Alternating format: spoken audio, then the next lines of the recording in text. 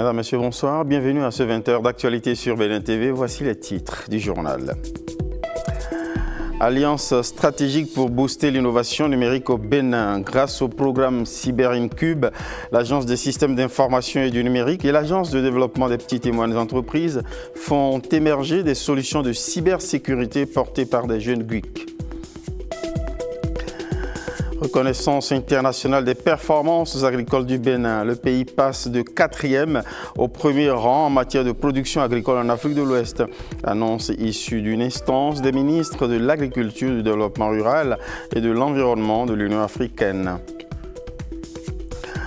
En République démocratique du Congo, une Allemande est jugée dans une affaire de braquage. À Marseille, une start-up mise sur une ressource inattendue pour révolutionner l'agriculture en Bretagne. Des filets de pêche sont transformés en objets de protection sur le front ukrainien. Bonsoir et merci de nous recevoir chez vous avec ce journal. Le Bénin prend le pari des solutions digitales locales. Un programme incitatif est dédié à l'émergence de projets innovants dans un domaine délicat du numérique, la cybersécurité. Il s'agit du programme CyberIncube destiné à soutenir les jeunes porteurs de solutions en cybersécurité. Derrière ce programme, une alliance stratégique entre deux agences, celle des systèmes d'information du numérique ASIN et celle du développement des petites et moyennes entreprises ADPME. Pour en savoir plus, voici le sujet proposé par Saint-Tiche Quimpon et Marianne Ogankou.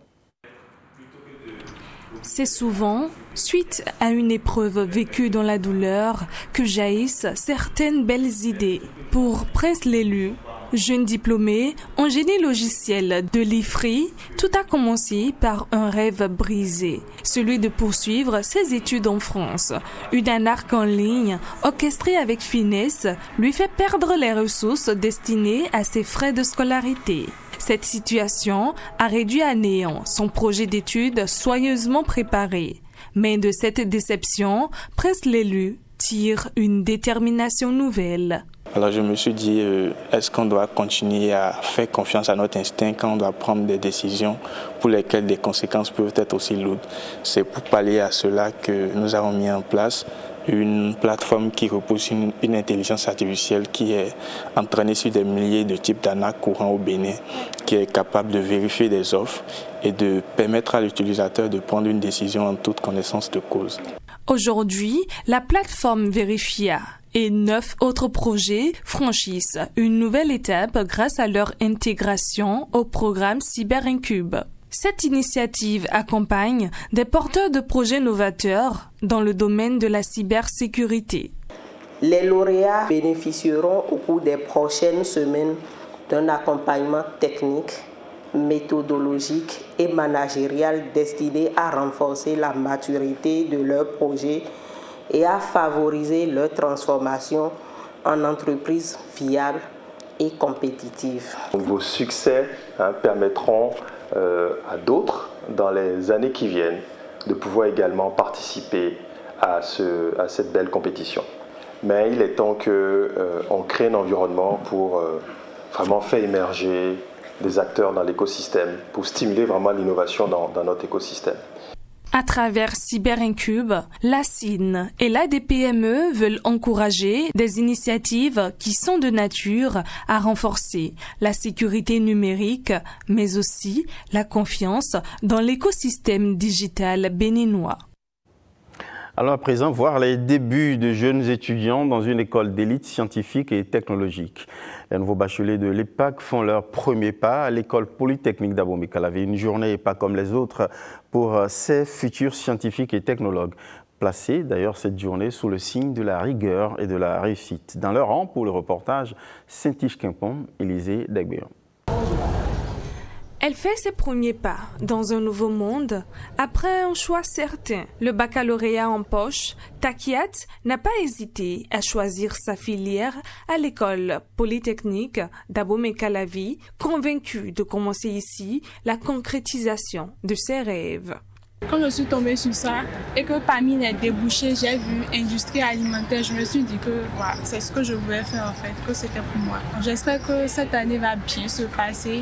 Ce matin-là, c'est la journée de bienvenue à la nouvelle école de Takiat. Ils sont des centaines de nouveaux bacheliers inscrits à l'EPAC à ne pas rater ce programme. Une journée pour s'imprégner de la vision et des valeurs de l'école, mais aussi pour en apprendre de l'expérience des aînés. L'EPAC, c'est un centre de formation qui offre l'une des meilleures des formations. Donc, ils ont tout à gagner à rester à 6 jours. Ils ont une idée déjà sur la structuration de l'école, les différents membres de l'administration, sur les modes de paiement. Ils savent les failles à éviter pour valider les matières. Chères étudiantes et étudiants, vous êtes la raison de notre engagement. Vous êtes les héritiers de l'effort, de la discipline et du génie béninois. Nous voulons vous aider à devenir des acteurs du changement, des leaders compétents et responsables. À l'EPAC, on apprend à penser, à inventer, à entreprendre, à servir.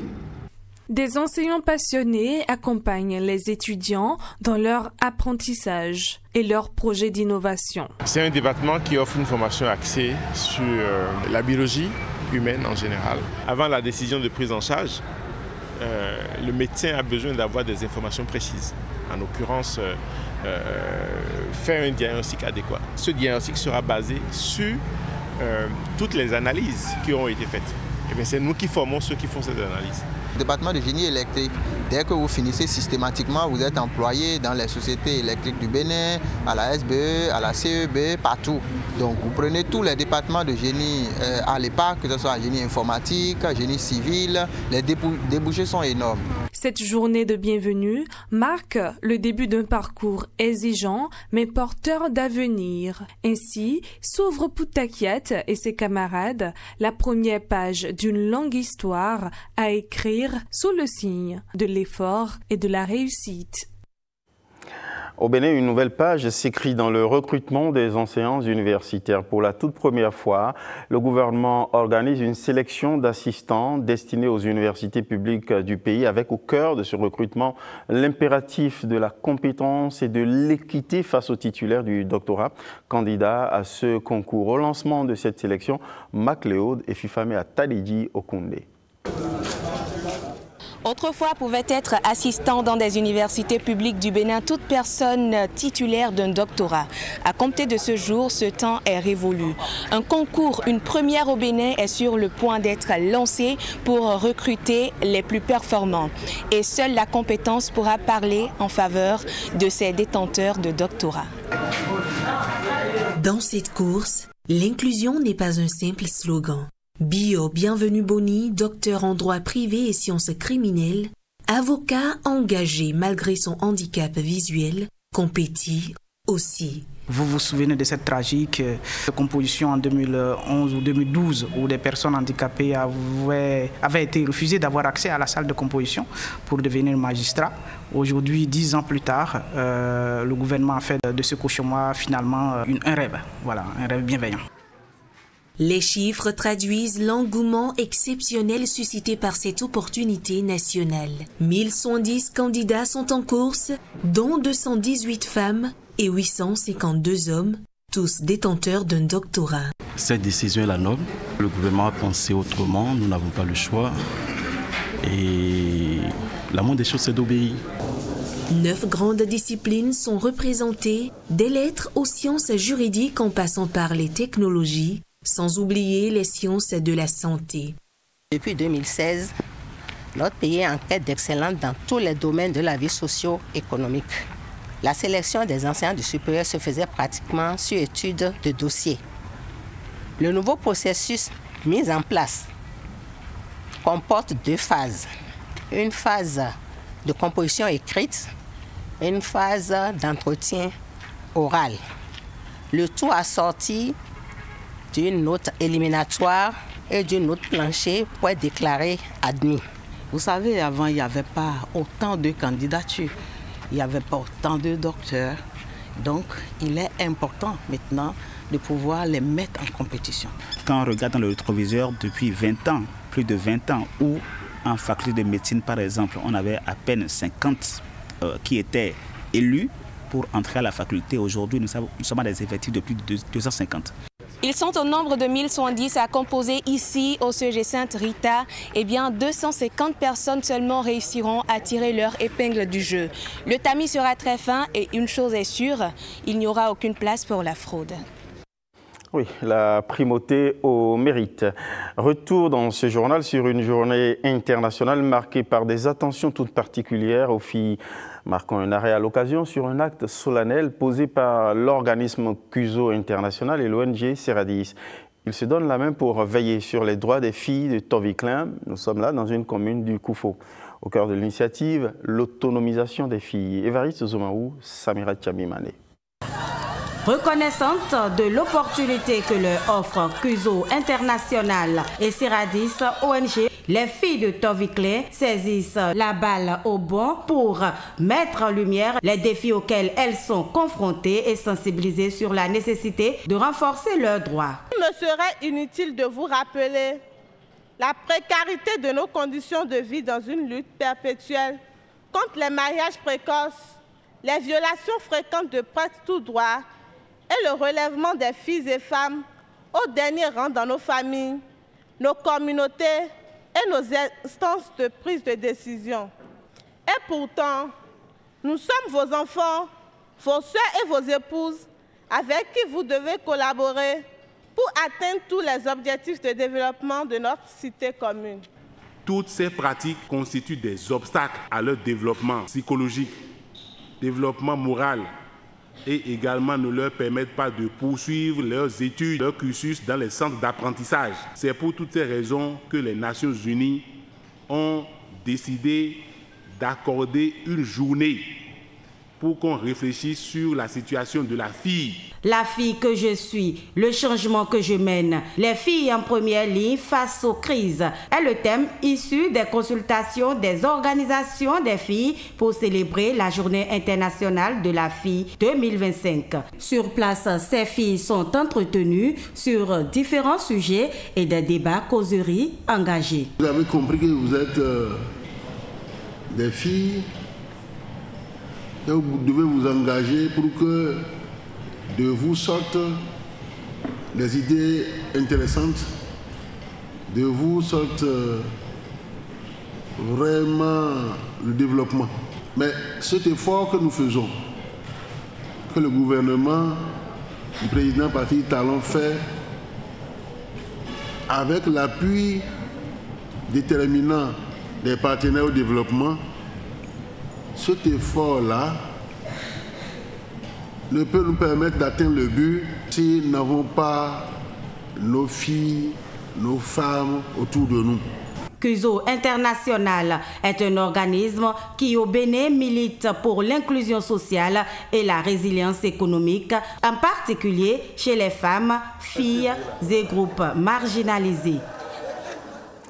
Veiller ainsi sur les droits des filles, c'est garantir des parcours débouchants sur des femmes épanouies, émancipées. Parlant de femmes épanouies, on va à la rencontre à présent d'une figure féminine à la notoriété internationale établie en matière d'art culinaire. Georgiana Viou, chef cuisinière franco-béninoise, elle est reconnue pour sa cuisine inventive, mêlant ses racines ouest-africaines et les saveurs méditerranéennes. Elle est la première chef africaine à décrocher une étoile au guide Michelin. Elle vaut le détour. Saint-Yves Quimpon nous offre son portrait. Moi, j'aime pas trop goûter quand je cuisine. Je cuisine avec les yeux, l'oreille et le nez. Georgiana Viou, à 47 ans, incarne avec élégance et détermination la nouvelle génération de chefs africaines qui rayonnent sur la scène gastronomique internationale. Née au Bénin, son parcours est celui d'une autodidacte passionnée, guidée par la curiosité, le travail et un profond respect des produits. Installée en France depuis plusieurs années, Georgiana Viou s'est imposée comme une figure incontournable de la gastronomie contemporaine. À la tête du restaurant Rouge à Nîmes, elle a su séduire le guide Michelin qui lui décerne une étoile en 2023.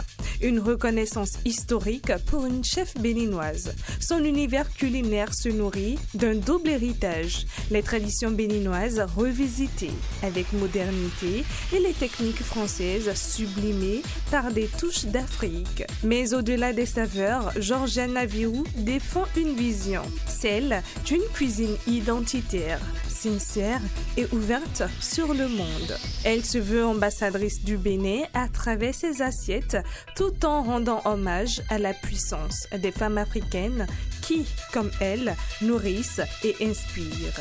Autrice du livre « À la table de Georgiana », elle y partage son histoire, ses recettes et sa philosophie culinaire entre racines et voyages.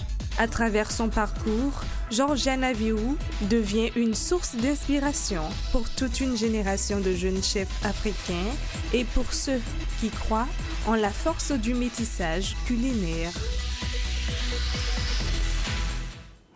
Merci Cynthia Chimpon de nous faire rêver à travers les doigts magiques de Georgiana Viou, une sorte de rayon de soleil projeté sur la gastronomie béninoise.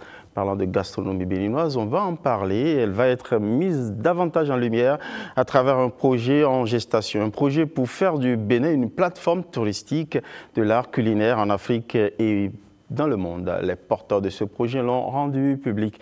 Louise Unato, Alexis Kenom nous éclairent sur leurs ambitions. De l'ombre à la lumière, la gastronomie béninoise s'apprête à dévoiler ses richesses au monde entier et par la même occasion à révéler des talents, et ce, à compter du 17 décembre prochain. E27 Group a pensé ce festival pour célébrer l'art culinaire du Bénin, parler des plats du Bénin au-delà de nos frontières. Le rendez-vous culinaire porte sur 3 volets: formation, compétition et valorisation. Au-delà de l'assiette, le festival culinaire compte s'affirmer comme un levier de développement. La bouffe béninoise fait partie des choses dont on parle le plus sur les réseaux. Maintenant, on leur donne la possibilité de quitter TikTok et de se retrouver sur un podium, de compétir et de faire sortir quelque chose d'extraordinaire. Voilà, donc c'est la deuxième. La troisième, il n'y a pas de compétition entre les restaurants.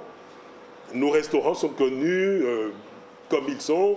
Chacun essaye de s'attraper la meilleure place. Mais maintenant, on les met en compétition et il en sortira le meilleur restaurant de Cotonou ou du Bénin. Ce festival offre une possibilité de discussion autour de l'art culinaire, de la gastronomie, pour emmener la gastronomie béninoise à un niveau extraordinaire. C'est ouvert à tous les acteurs qui voudront participer, qui prennent leur stand et qui préparent ce qu'ils offrent. Le Bénin, à travers Culinar, va ravir non seulement les papilles, mais aussi écrire un nouveau chapitre de son histoire, un chapitre bien savoureux.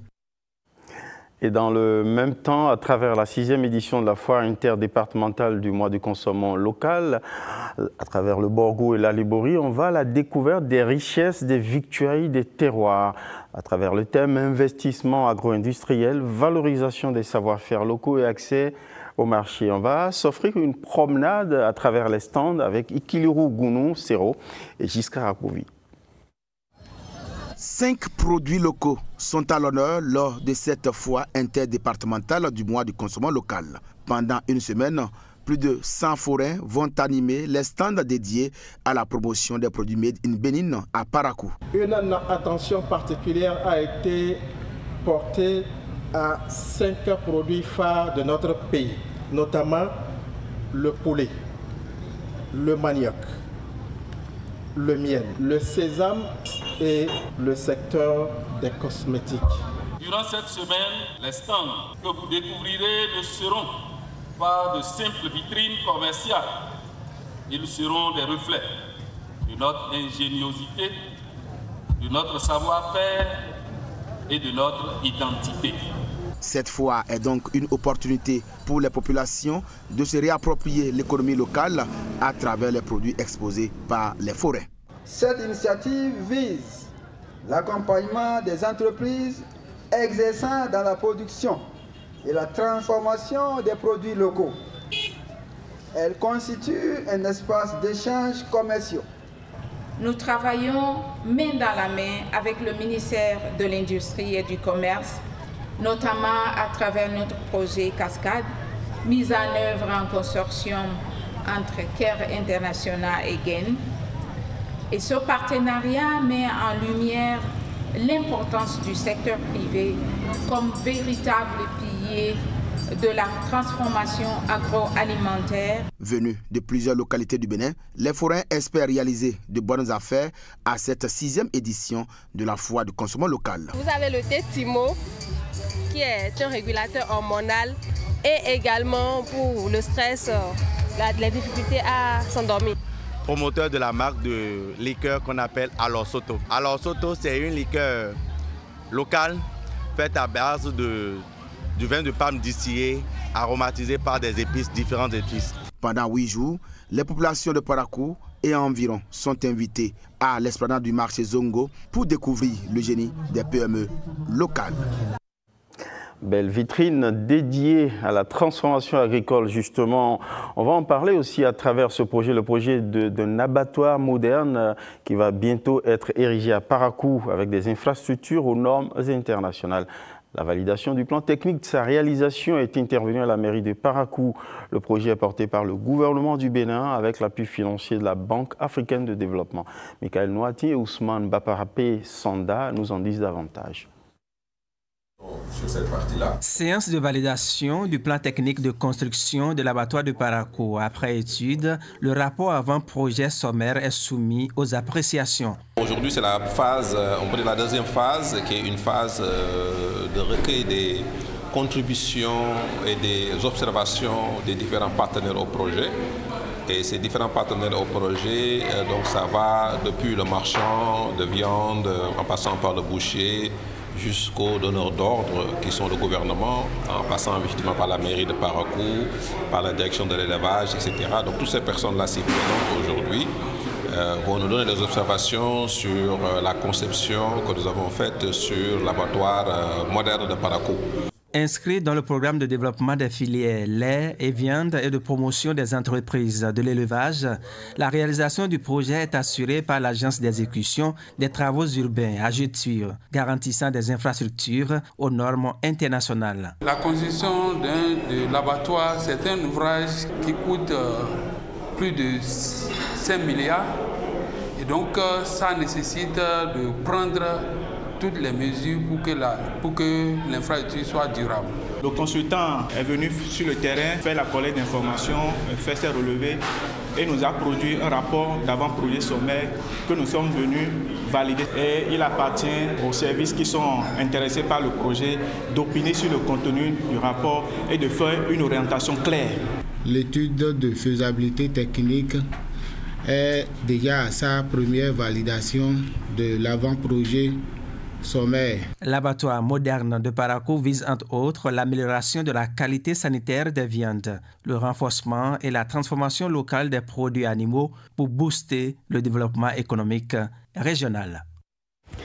Le Bénin champion agricole en Afrique de l'Ouest, c'est une reconnaissance internationale des performances agricoles du Bénin qui indique que le pays est passé du 4e au 1er rang en matière de production agricole en Afrique de l'Ouest, annonce issue d'une instance des ministres de l'Agriculture, du Développement rural et de l'Environnement de l'Union africaine. Arnaud Adadia va nous édifier.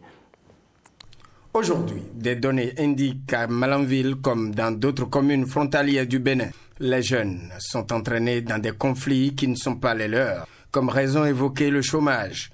Que faire ? L'Association nationale des communes du Bénin, ANCB, dans la dynamique de coproduction de la sécurité, apporte ici un nouveau souffle à travers le projet d'appui à la cohésion sociale.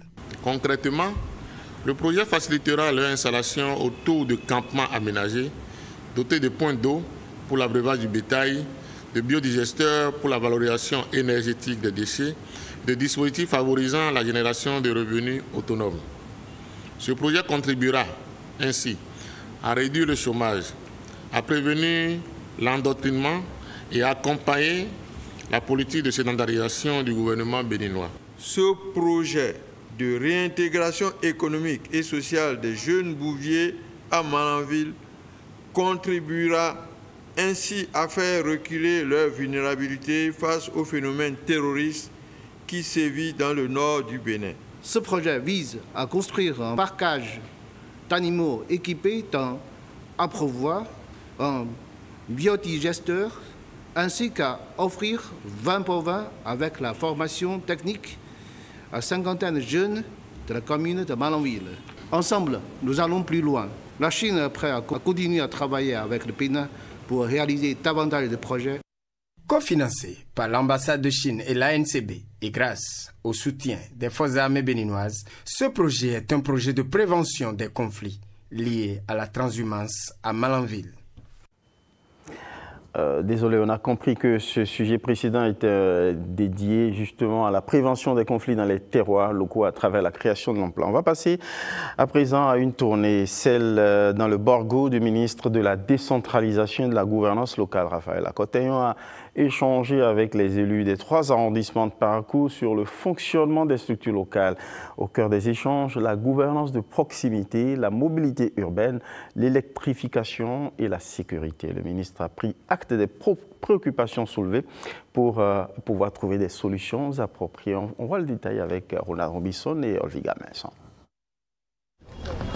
C'est une immersion totale dans les réalités locales que s'offre le ministre de la décentralisation et de la gouvernance locale. En tournée dans le Borgo, Raphaël Akoteyon et sa délégation ont visité, aux côtés du préfet, la cité administrative de Parakou, les locaux de l'hôtel de ville et ses 3 arrondissements. La force d'un bâtiment dépend de la fondation. Des communications présentées à la faveur d'une séance de synthèse tenue le jour suivant par le ministre ont permis de mieux apprécier les meilleures performances de Parakou en matière de gouvernance, l'état de ses relations avec la tutelle et les difficultés de fonctionnement des organes infracommunaux dans le contexte sécuritaire actuel. À Parakou, je puis affirmer que cette réforme commence par porter ses fruits. La gestion administrative de notre commune s'en trouve grandement améliorée, l'efficacité de nos services renforcée, facilitant la mise en œuvre de certains projets de développement. Nous constatons au quotidien les bienfaits de cette modernisation qui professionnalise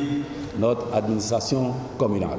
Il ressort de ma visite que l'état de la gouvernance est très appréciable.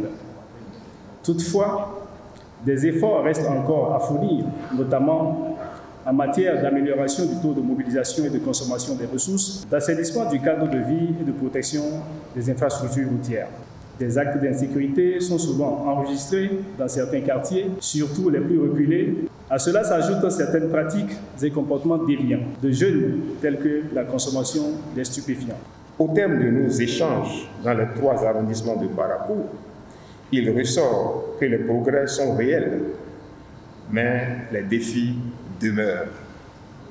La mobilisation des ressources propres, la bonne gestion du patrimoine public, la participation citoyenne et la motivation du personnel administratif sont autant de chantiers sur lesquels nous devons agir collectivement. Raphaël Akoteyon promet de faire remonter les préoccupations et d'œuvrer pour une gouvernance plus performante. Un engagement qui redonne souffle et confiance aux collectivités locales du Borgo. Sport football avec les échos d'une victoire manquée pour les Amazones du Bénin qui ont rencontré les Nigérianes hier à Lomé. Elles ont courbé les chines. On va faire le point avec Bruno Swali et Augustin Godot. Loin de leur intimidation face au palmarès inégalé du Nigeria sur le continent africain en matière de foot féminin, les Amazones du Bénin ont opposé avec fierté une belle résistance aux Super Falcons. Le temps d'une demi-heure, elles ont fait douter les championnes d'Afrique. Même la barre transversale s'y est mise avant que Chiwendu et Esther Okoronko ne trouvent le chemin des filets dans des conditions similaires. Vraiment, j'ai un peu de regret sur ça parce que je trouve quand même qu'en première mi-temps, elles ont été quelque peu timorées. Et il ne faut pas oublier aussi les détails du haut niveau. Le haut niveau, ça ne pardonne pas. Et si vous analysez les deux buts, c'est quasiment la même action avec des ballons dans le dos de l'adversaire. Le détail, les filles qui sont perfectibles, tactiquement, ce n'est pas forcément des gens qui l'ont fait toute leur vie. D'accord. Ce qu'on a fait, je peux dire qu'on a pris quoi 5-10 jours pour le mettre en place. Et personnellement, je trouve que ça a plutôt bien marché. Voilà. À part ces détails-là et la finition. Dans cette première mi-temps, les Amazones n'ont pas été moins dangereuses que leurs adversaires. L'inévitable Romaine Gandono chauffe les gants de la gardienne nigériane, puis trouve à son tour le poteau. Nous avons des regrets, mais on ne peut pas apprendre sans faire des erreurs. Donc pour moi, c'est un match normal et je pense qu'on a fait le maximum. On s'est dit, allons essayer et on s'est donné les moyens de créer les occasions. Maintenant, c'est chercher à mettre au fond. Juste ça. En seconde partie, les Amazones se portent mieux avec de la vivacité apportée sur les côtés avec l'entrée de Germaine Onfort. Pas de but dans cette seconde partie et même l'entrée d'Azizat Oshoala ne changera rien. Le Nigeria profite de son avantage obtenu en première mi-temps pour remporter cette partie en attendant le match retour de mardi prochain, mais que ce fut dur. On a fait quelque chose aujourd'hui, retournons au travail, on a besoin du temps. On n'a pas besoin de 4 jours, ce n'est pas en 4 jours qu'on va changer quelque chose avant de jouer le match retour là, contre le Nigeria. D'accord ? On va aller jouer avec les mêmes armes parce que ça va être les mêmes filles. Au-delà du score et de la défaite, les Amazones du Bénin ont de bons points positifs à tirer de ce match pour livrer une meilleure rencontre lors de la manche retour à Abeoku. Justice, innovation et solidarité sont au cœur de notre sélection de l'actualité internationale en République démocratique du Congo, à Marseille et en Bretagne. Il est Kodjo.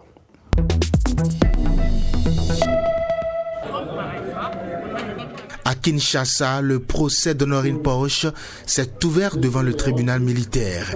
Cette ressortissante allemande est poursuivie pour association de malfaiteurs, vol à main armée et acte de terrorisme après une tentative de braquage dans une banque de la capitale. Uniquement de l'urine, c'est-à-dire qu'on n'a rien d'autre que de l'urine. À Marseille, dans le sud de la France, une start-up mise sur une ressource inattendue, l'urine humaine. 2 ingénieurs marseillais ont mis au point un procédé innovant pour la stabiliser et la transformer en engrais inodore conforme aux normes agricoles. Une solution écologique qui pourrait révolutionner la fertilité des sols.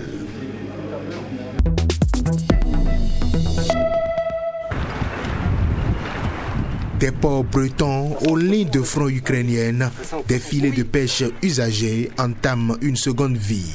Transformés en dispositifs de protection, ils sont acheminés pour sécuriser routes et infrastructures contre les attaques de drones russes.